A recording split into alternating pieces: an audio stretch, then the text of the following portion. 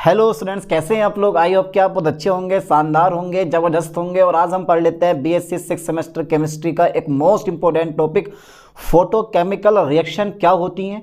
Hydrogen chlorine reaction के लिए पढ़ने वाले हैं काइनेटिक्स। एक मोस्ट इंपॉर्टेंट टॉपिक है, तो छोड़ना बिल्कुल नहीं है।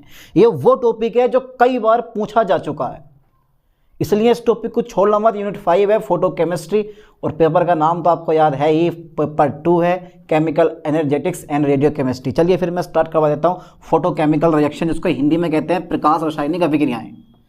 Photo chemical reaction, okay sir. Photo chemical, ठीक है sir, chemical reaction, okay okay okay, ठीक है। फोटो केमिकल रिएक्शन, ठीक है भैया। अच्छा, क्या होती है? तो सिंपल सी बात है यार, बहुत सिंपल परिभाषा है। 2 रुपए के इजी से भी इजी है। पता कैसे? ऐसी अभिक्रियाएं या वे अभिक्रियाएं जो प्रकाश द्वारा होती हैं, प्रकाश रासायनिक अभिक्रियाएं कहलाती हैं। छोटी सी परिभाषा कि ऐसी रासायनिक अभिक्रियाएं जो प्रकाश द्वारा होती हैं फोटोकेमिकल रिएक्शन कहलाती हैं। हाँ सर, बात भी बिल्कुल सही है। अच्छा, ऐसी कुछ रिएक्शन के आपको नाम याद है जो प्रकाश के द्वारा होती हैं? हाँ याद है, फोटोसिंथेसिस यानी कि प्रकाश संश्लेषण। Hydrogen plus Cl2 change to 2HCl। सूर्य का प्रकाश डालोगे तो रिएक्शन होगी, अंधेरे में नहीं होती है, समझ लो। अच्छा सर, तो ये वो रिएक्शन है जो प्रकाश के द्वारा होती है। हाँ, ये वही रिएक्शन है जो प्रकाश द्वारा होती हैं। चलिए इनकी परिभाषा लिखवा देता हूँ मैं, यानी कि वे अभिक्रियाएं, ठीक है सर, वे अभिक्रियाएं, ठीक है, वे अभिक्रियाएं, ओके ओके ओके, जो प्रकाश द्वारा होती है, जो प्रकाश द्वारा होती हैं, ठीक है सर, जो प्रकाश द्वारा होती हैं। अच्छा सर, ठीक है, क्या कहलाती हैं? फोटो मतलब प्रकाश, फोटो केमिकल रिएक्शन कहलाती है, ठीक है सर, फोटोकेमिकल रिएक्शन कहलाती है। नोट्स बनाते रहना साथ में, ठीक है, ओके, कहलाती हैं भैया। आ चुका पेपर में। सर, क्या हर आवर्ती या हर तरंगदैर्घ्य का प्रकाश जो होता है वो इन अभिक्रियाओं को संपन्न कर सकता है? नहीं कर सकता। समझ गए? कभी सोच रहे हो आप, ले किसी भी आवर्ती का, किसी भी तरंगदैर्घ्य का प्रकाश डाला और रासायनिक अभिक्रिया स्टार्ट हो गई, ठीक है, तो इसकी एक तरंगदैर्घ्य रेंज जो है सीमित कर दी गई है, जैसे 2000 एंगस्ट्रॉम से 1000 एंगस्ट्रॉम तक।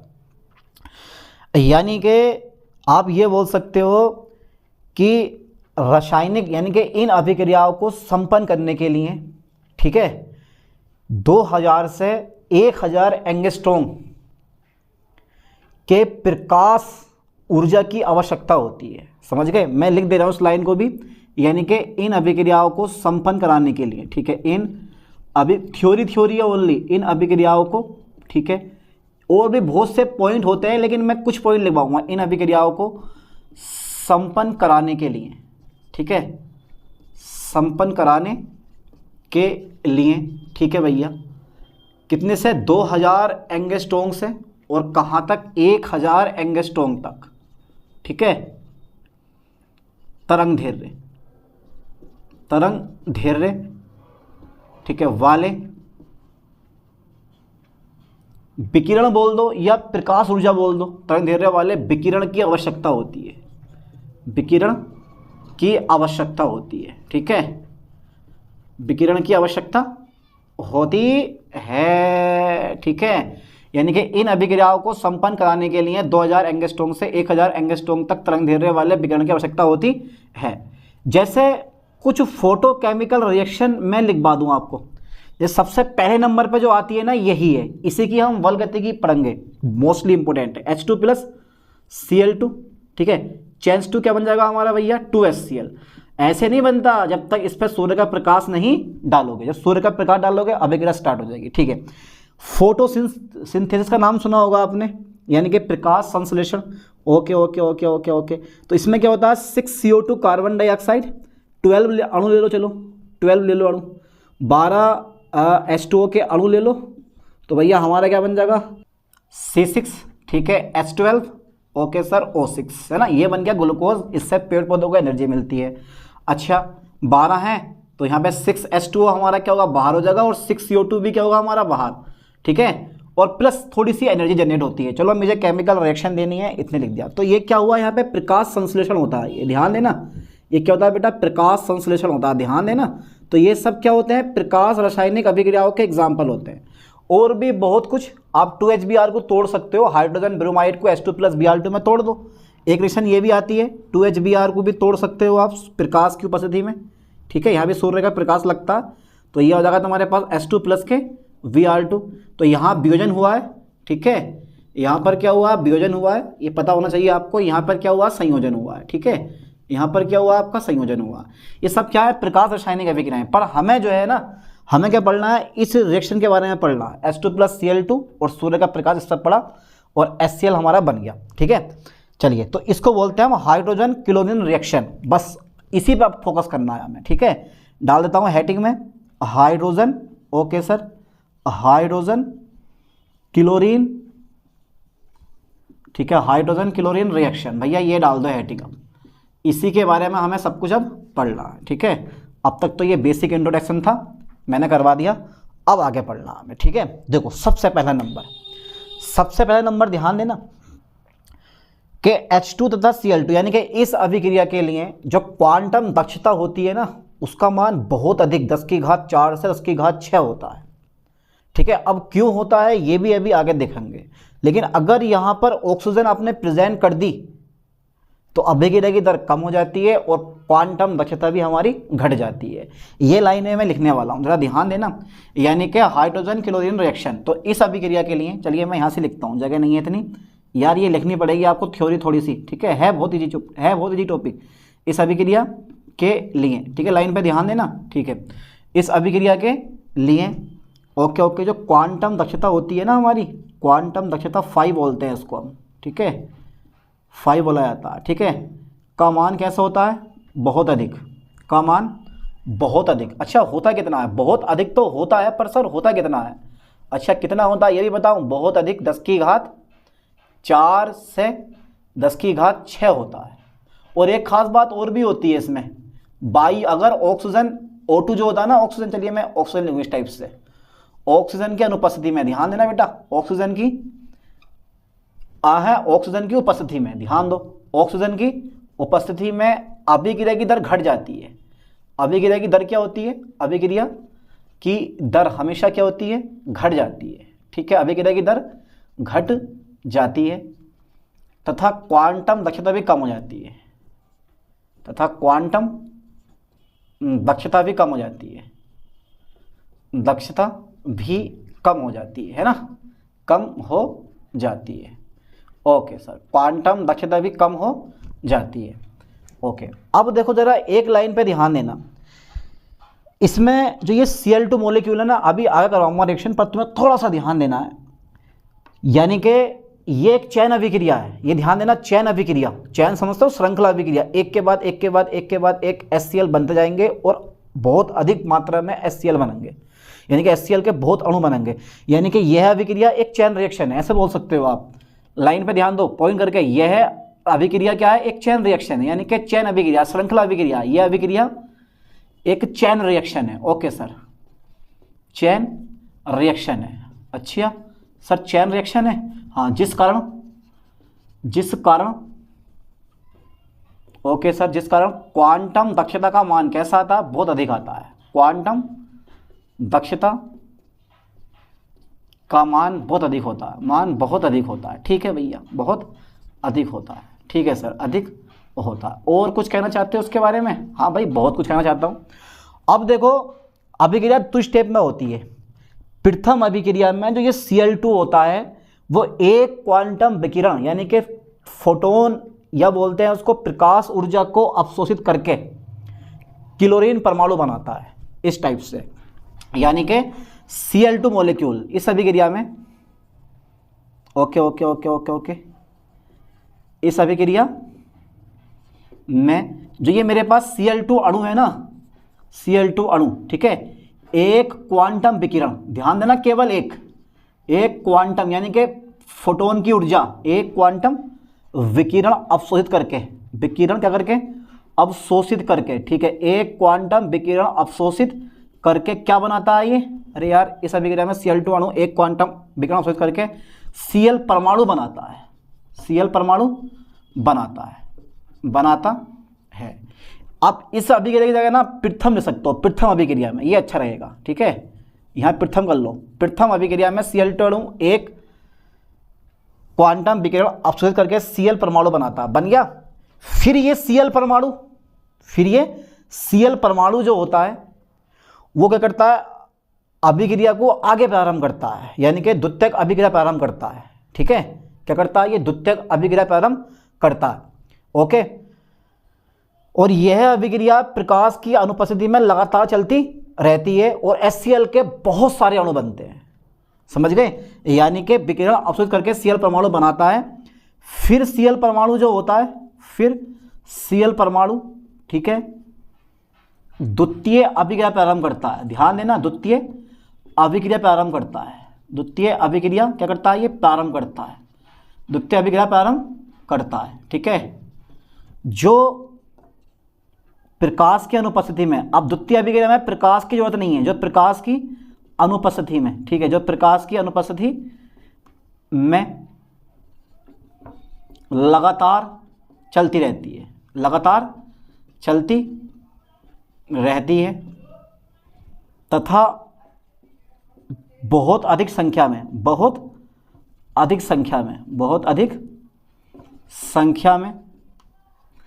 HCl के अणु बनते हैं, HCl के अणु बनते हैं, ठीक है। तो ये चैन रिएक्शन होती है यार, एक HCl के अणु बनते हैं। देखो नेनस्ट के अनुसार, भैया ये नेनस्ट आ जाते हैं बीच में, नेनस्ट के अनुसार जरा लाइन पे ध्यान देना, ये जो रिएक्शन मैं लिखवा रहा हूँ ना, ये रिएक्शन बहुत काम की है आपके, नेनस्ट के अनुसार।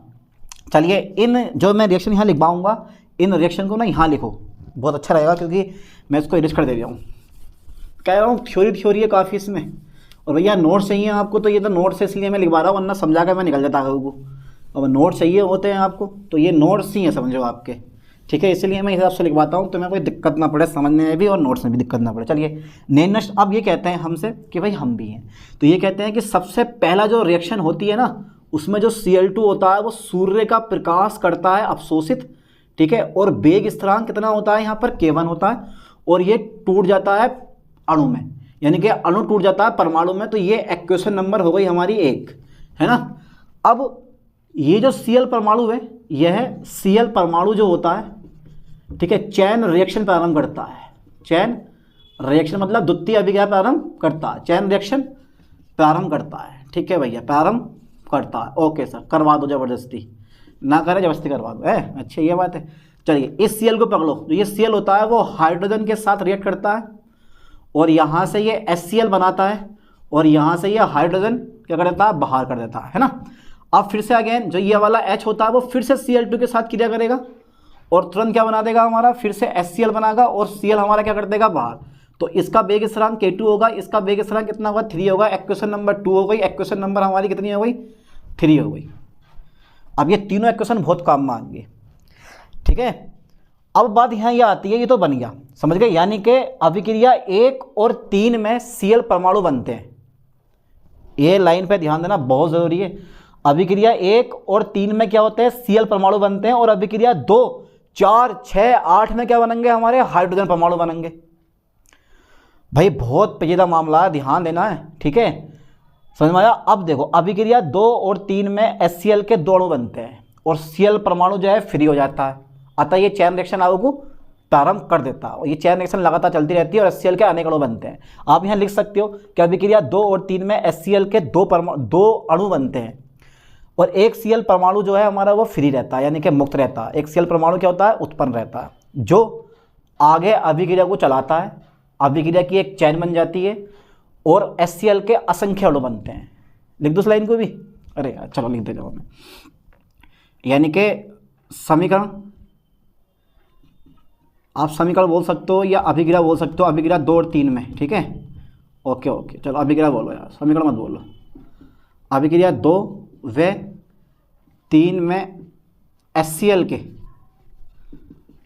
के 2 अणु बनते हैं, ठीक है, एक चैन रिएक्शन बन जाती है, शॉर्ट लिख दिया मैंने, एक चैन रिएक्शन बन जाती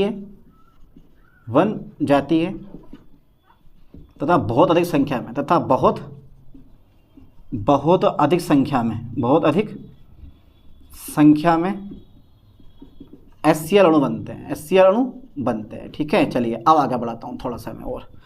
क्वेश्चन 1, सेकेंड एंड थर्ड हमारी हो गई। चलिए तो हमने देख लिया। इसके बाद नेक्स्ट पॉइंट जो है ना हमारा, एक पॉइंट और आता है अभी, यानी कि जो अभिक्रिया का अंत होता है वो Cl2 अणु बनने से होता है या अभिकारकों को समाप्त करने से होता है। ये भी हमें लिखना पड़ेगा, यानी कि अभिक्रिया का अंत कैसे होगा, Cl2 अणु बनने से होता है। ध्यान देना, अभिक्रिया का जो अंत होगा, ओके ओके ओके ओके, अभिक्रिया का अंत जो होता है वो Cl2 अणु बनने से होता है, अणु बनने से होता है, या आप लिख सकते हो अभिकारकों को समाप्त करने से होता है, या अभिकारकों को समाप्त करने से होता है, समाप्त करने से होता। अब अभिकारकों को आप समाप्त कैसे करोगे, ठीक है, यह अभिकारकों को समाप्त करने से होता है, यानी कि अभिक्रिया का अंत Cl2 अणु बनने से होता है या अभिकारकों को समाप्त करने से होता है। अब अभिकारक को तुम समाप्त कैसे करोगे भाई, इसके लिए ना ये जो रिएक्शन है अगर केस नली में करवाई जाए तो जो Cl परमाणु होते हैं वो केस नली की दीवारों से टकरा कर क्या हो जाते हैं, नष्ट हो जाते हैं। अभिक्रिया की दर कम हो जाती है, क्वांटम दक्षता भी कम हो जाती है। ठीक है, और क्या हो जाता है तुम्हारे पास, अभिक्रिया बिल्कुल जाम हो जाती है।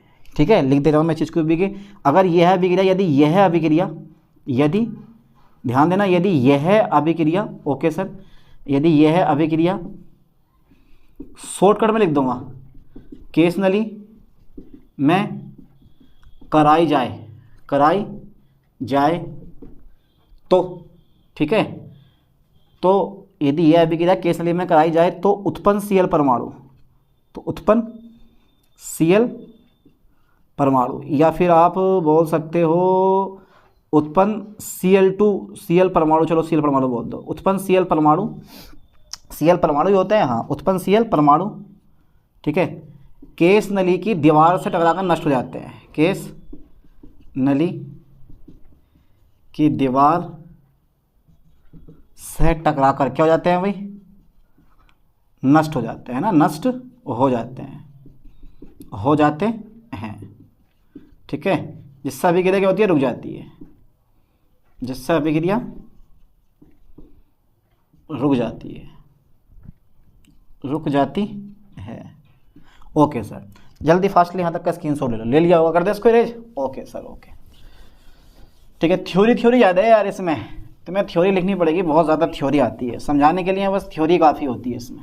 चलिए अब क्या है कि एक रिएक्शन और लिखो, यहाँ पर जो Cl परमाणु होता है वो केस नली की दीवार से टकराता है, ठीक है, केस नली की दीवार से क्या होता है, टकराता है, केस नली की दीवार लिख दो यहाँ पे, ठीक है, और चेंज टू यहाँ पे वेग स्थिरांक K4 होगा, ठीक है, और क्या बना देगा 1/2 Cl2, बन गया Cl2 मॉलिक्यूल, ठीक है, और अभिक्रिया क्या हो जाता है, अंत हो जाता है।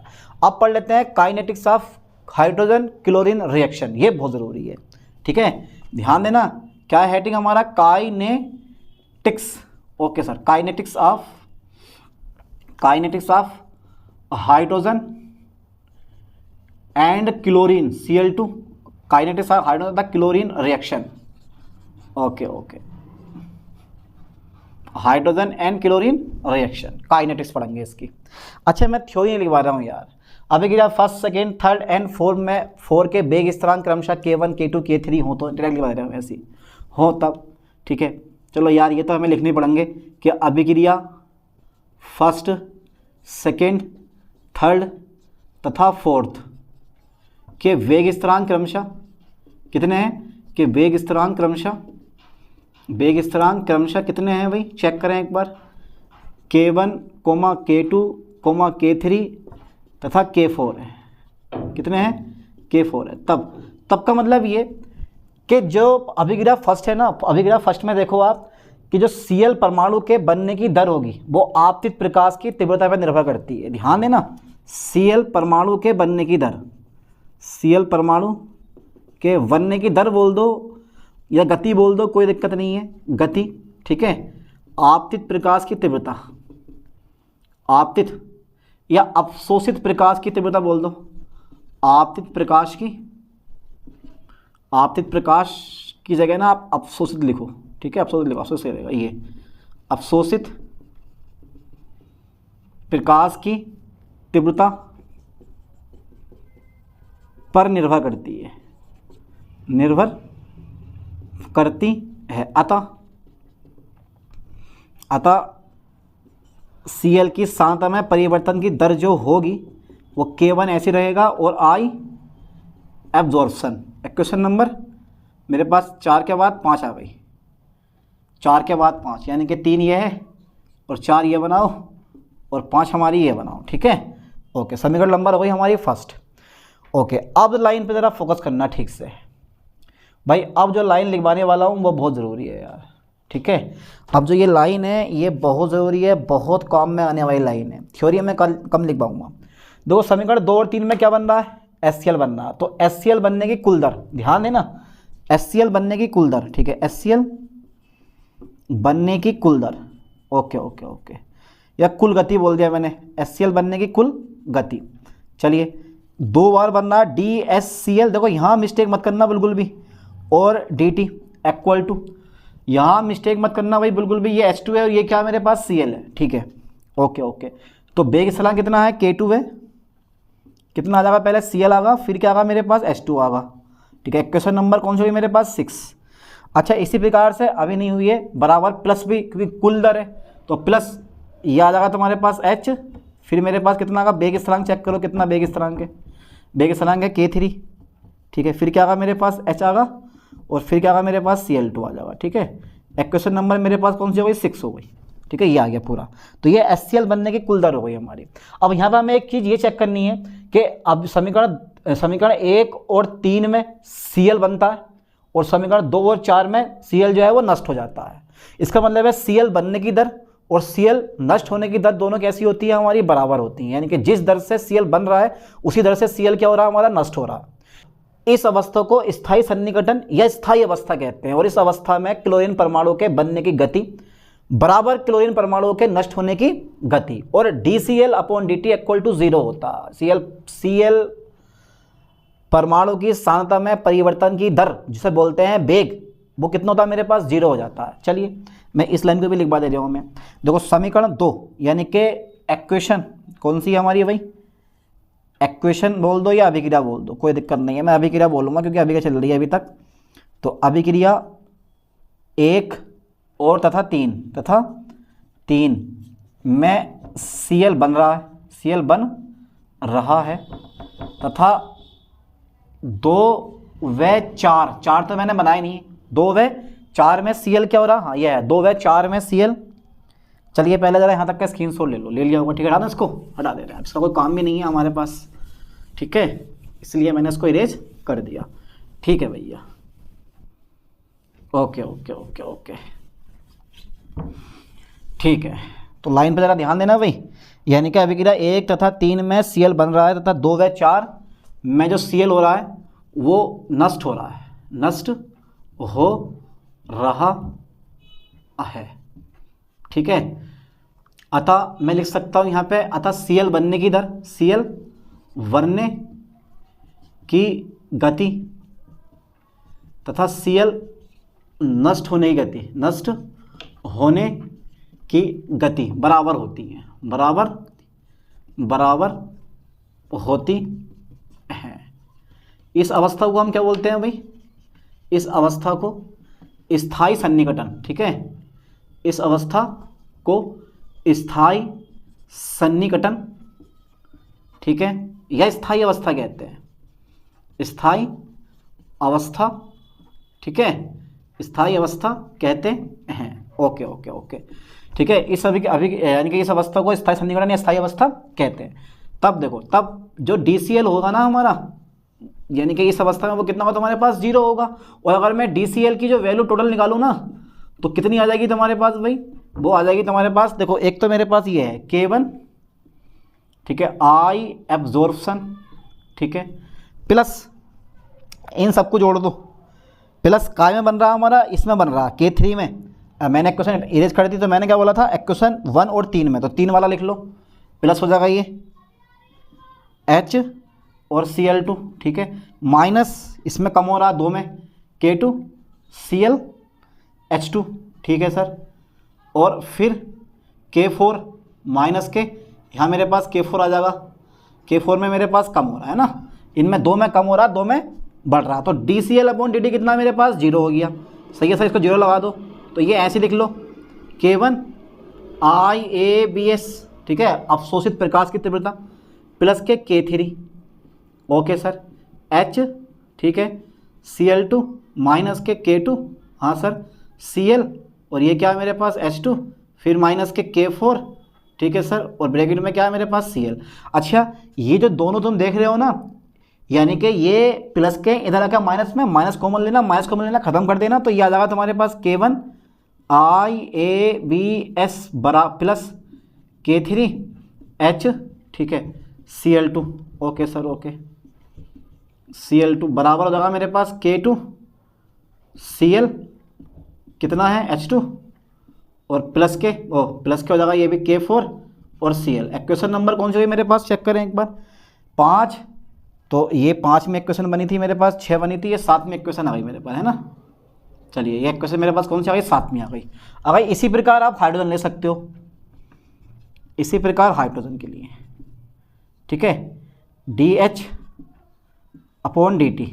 है ना, बराबर, बस इसमें हाइड्रोजन 2 में तो बन रहा है, एक तो K2H ऐसे रहेगा, K2H K2ClH2 K2ClH2 ऐसे रहेगा हमारा ये, और प्लस माइनस हो जाएगा, एक में H खत्म हो रहा है, एक में Cl बन रहा है, तो इसमें आ जाएगा K3, ओके, HCl2, ठीक है। तो सेकेंड रिएक्शन में क्या हो रहा है, H जो है हमारा सेकेंड रिएक्शन में H बनता है, क्योंकि HCl प्लस H2, H बाहर हो जाएगा, और यहाँ पर जो H का यूज़ हो रहा है तो इसमें माइनस में हो जाएगा, एक प्लस में आ जाएगा और एक काय में आ जाएगा, माइनस में आ जाएगा, कि यहाँ पर जो H बन रहा है, यहाँ पर H खत्म हो रहा है, ठीक है। अब स्थायी सन्निकटन की अवस्था में, स्थायी सन्निकटन की अवस्था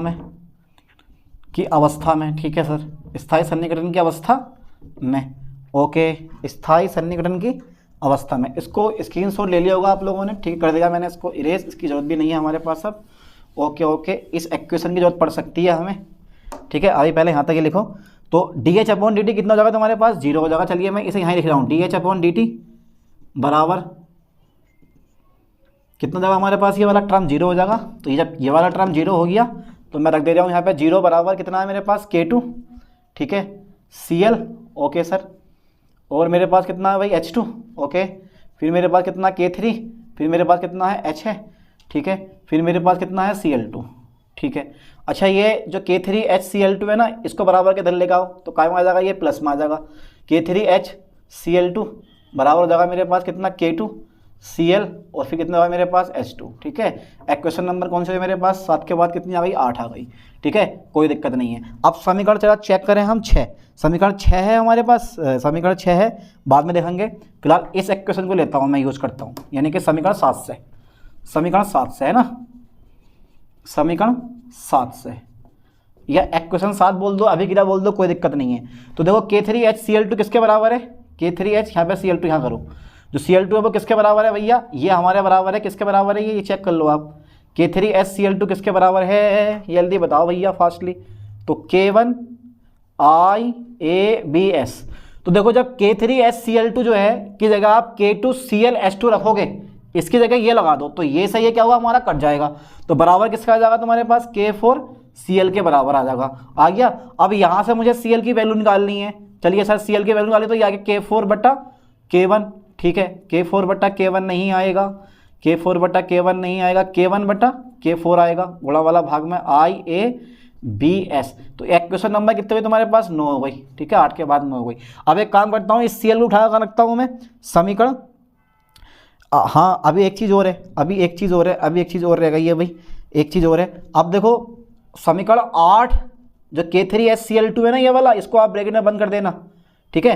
तो K3HCl2 है समीकरण 8 से, इसकी जगह लगा दो K3HCl2 की, ठीक है। तो हमारा जो बनेगा डेटा इसे हटा दे जाओ, ये तो याद है ही आपको समीकरण नंबर 1। चलिए, तो समीकरण 8 से, समीकरण 8 तथा 6 से, ठीक है। चलिए, तो ये आ जाएगा तुम्हारे पास DHCl, ठीक है, अपोन में कितना का मेरे पास DT बराबर, ठीक है, बराबर इस K3HCl2 की जगह मैं क्या लगा दूंगा, K2ClH2, तो ये हो जाएगा 2 K2ClH2, ठीक है, ये मेरे पास डेटा बन गया।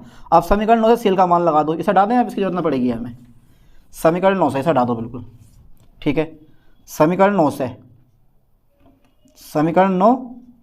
से इसे उठाओ और यहाँ लगा दो सीएल की जगह। चलिए DHCl अपॉन कितना है मेरे पास DT बराबर कितना आ जाएगा तुम्हारे पास, चेक करें एक बार, तो 2, देखो जब मैं लगाऊंगा तो K1 K2 हो जाएगा, अपोन में कितना जाएगा K4 आ जाएगा, ठीक है। चलिए इसको ब्रैकेट में बंद कर दो, और यहाँ क्या रह जाएगा मेरे पास सीएल की जगह IABS और रह जाएगा मेरे पास H2। तो आप इसको लिख सकते हो यहाँ पर DHCl, ठीक है, फाइनल फॉर्मूला हमारा ये वाला दिखाई दे रहा है आपको, हाँ दिख रहा होगा, ठीक है।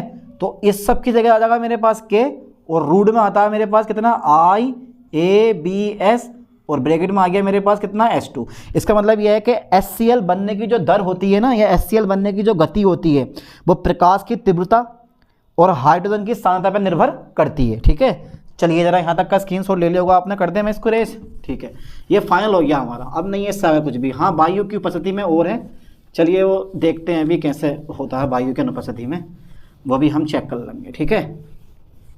ओके सर, ओके, चलिए देखते हैं फिर इसको भी, है ना। तो ये फॉर्मूला आ गया, इसका मतलब है कि HCl बनने की दर इस समीकरण से स्पष्ट है कि, इस समीकरण से स्पष्ट है कि, इस समीकरण से स्पष्ट है कि HCl बनने की गति, HCl बनने की जो गति होती है, प्रकाश की तीव्रता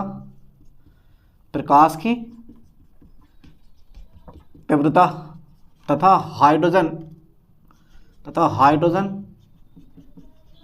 परमाणु की सांद्रता, हाइड्रोजन परमाणु की सांद्रता पर निर्भर करती है। ये बात बिल्कुल रियल हो गई, निर्भर करती है, ठीक है, ओके। और ये जो प्रक्रिया थी, यह प्रक्रिया नोट करके लिखना, यह प्रक्रिया वायु की अनुपस्थिति में होती है, वायु प्रेजेंट नहीं होती, यह प्रक्रिया वायु की कहाँ होती है, वायु मतलब ऑक्सीजन, ठीक है, ये प्रक्रिया ऑक्सीजन की अनुपस्थिति में होती है, ठीक है, वायु की अनुपस्थिति में होती है, ठीक है। जल्दी फास्टली यहाँ तक का स्क्रीनशॉट ले लो, ये पूरा हो गया। अब एक पॉइंट और रह गया है, वायु की यानी कि ऑक्सीजन की उपस्थिति में, ऑक्सीजन की उपस्थिति में, ठीक है, एक पॉइंट ये भी हमारा रह गया, ऑक्सीजन की उपस्थिति में, ओके सर, उपस्थिति में H2 तथा Cl2 अभिक्रिया की बल गति की,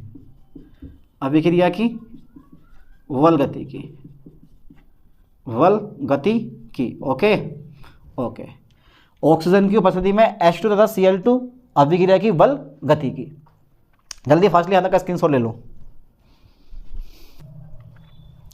ठीक है। अब देख लेते हैं ऑक्सीजन की उपस्थिति में ये अभिक्रिया किस प्रकार नष्ट होती है। चलो मैं लिख दे रहा हूँ यहाँ पे कि ऑक्सीजन की उपस्थिति में, ओके, ऑक्सीजन की उपस्थिति में यह अभिक्रिया, ठीक है, निम्न प्रकार नष्ट होती है, ओके, निम्न प्रकार नष्ट होती है। कैसे, वो भी हम चेक कर लेते हैं। ओके सर, चेक करो, आप बताओ जल्दी। देखो कुछ नहीं है, ये जो H2 होता है ना, H2 2H2 plus O2 change 2 बराबर कितना होगा तुम्हारे पास 2H2O, ठीक है। ये लाइन पे ध्यान देना।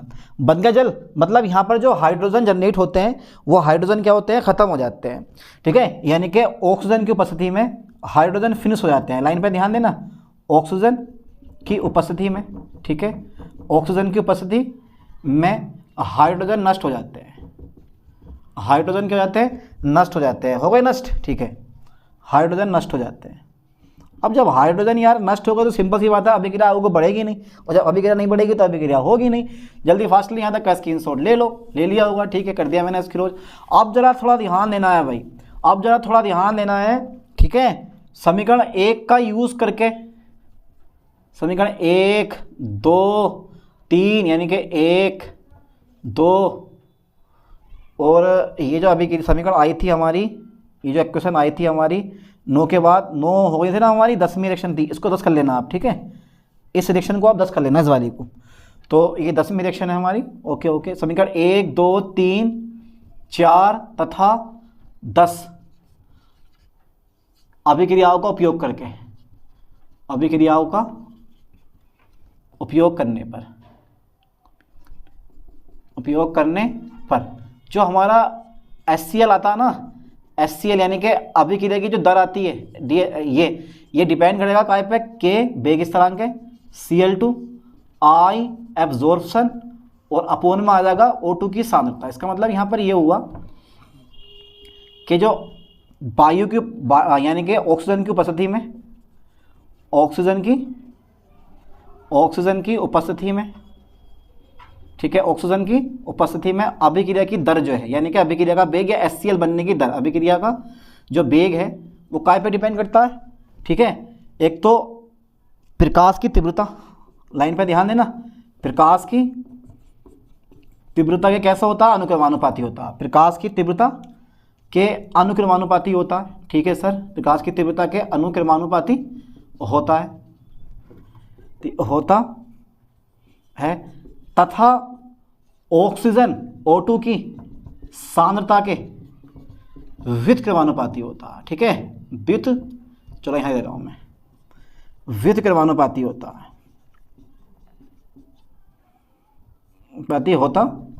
ठीक है।